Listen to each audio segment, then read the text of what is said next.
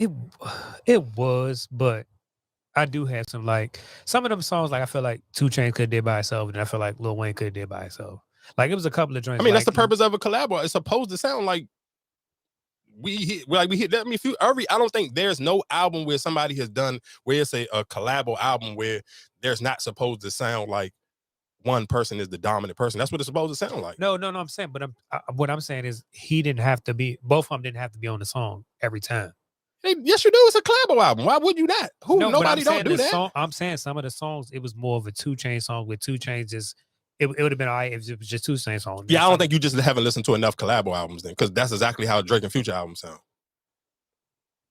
What I'm saying is some of the songs on there, like the songs, it didn't sound like it. Lil Wayne didn't fit on that song.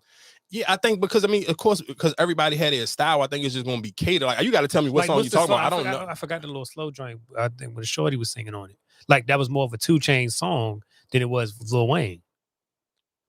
I can't remember exactly. Yeah, I mean, I don't know, but I don't think I only listen to it once, so that's what I'm saying. I listened to it at Rocket Times. I don't think realistically, if you're doing a collabo album, I don't think one artist is supposed to be the dominant. I think you kind of realistically, it's a team effort. You want to kind of put the light on both artists. I think one artist is supposed to shine on different songs. Like I said, if off the top of my head, I'm thinking collabo albums right now. If I'm thinking shit, even if you go to the Drake and 21 Savage, I think realistically, it's of course most of those songs where people were like, okay, these sound like Drake songs compared to when he did it with Future.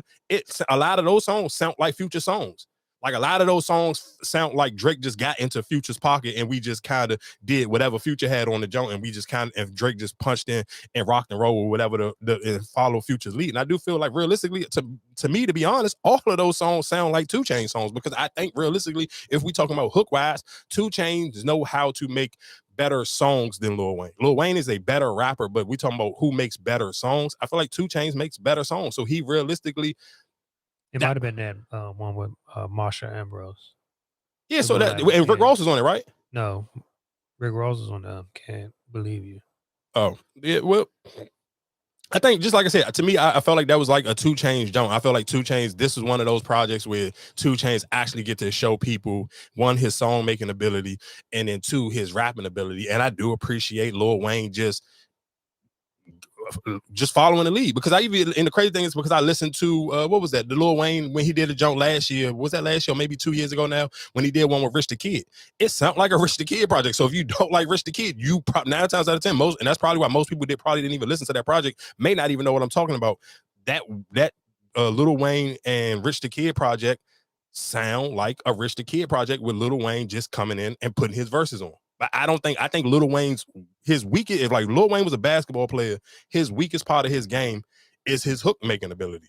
I don't think Lil Wayne makes great hooks. Like, you even think about Lil Wayne's biggest songs, it kind of like the hooks always kind of like almost sample driven a little bit. Think about Amelia, those 6 foot, 7 foot, like all those like huge Lollipop, all those huge Lil Wayne songs, they're kind of almost sample driven, or his voice is chopped up a lot. It's not really just Wayne really going crazy with the hook like that. I don't think that's Wayne's strong point. So I do think just him and 2 Chainz doing it together, I think it was a great project.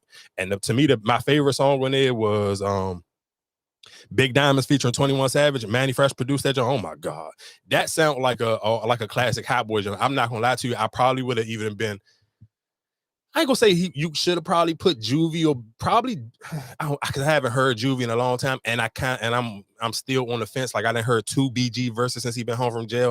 That probably would have messed the song up. So I'm not mad at them just sticking to the 21 doing the jump.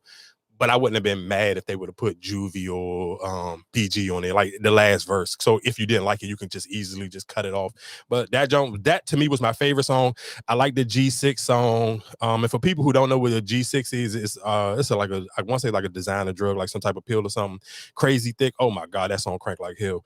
I like of course the Transparency joint with Usher. I didn't know, I seen people on social media saying that it was a Chris Brown version of that. I seen people in the comments saying I like the Chris Brown version better. I didn't go look for it or see what they was talking about, but I seen a lot of people, especially on Instagram, in some of the comments, I seen a lot of people saying that. I like the song with Benny the Butcher. It was a couple jumps on it I really like, but the standout one, I like that Crown Snatching jump. Yeah, but the G6 and to me, of course, the Pressure Joan. I mean, that's already out and everybody already eating that one up. But yeah, the G6 Joan and the Big Diamonds, those two, like, and that the Crazy Thick, those three was the ones that like I kept playing over and over and was like, damn, I'm really glad that Wayne did this project with 2 Chainz. I mean, I guess realistically, we can kind of get into the Drake as well. Of course, and you kind of almost realistically, you got to